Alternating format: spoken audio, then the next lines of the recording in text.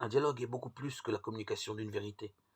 Il se réalise par le goût de parler et par le bien concret, qui se communique entre ceux qui s'aiment au moyen des paroles. C'est un bien qui ne consiste pas en des choses, mais dans les personnes elles-mêmes, qui se donnent mutuellement dans le dialogue.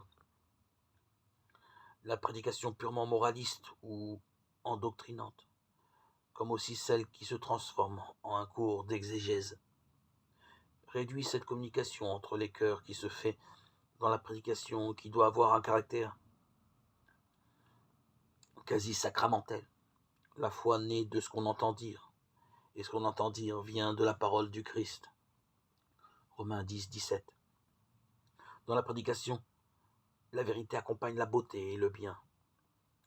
Pour que la beauté des images que le Seigneur utilise pour stimuler à la pratique du bien se communique, il ne doit pas s'agir de vérité abstraite ou de froid syllogisme. La mémoire du peuple fidèle comme celle de Marie doit rester débordante des merveilles de Dieu.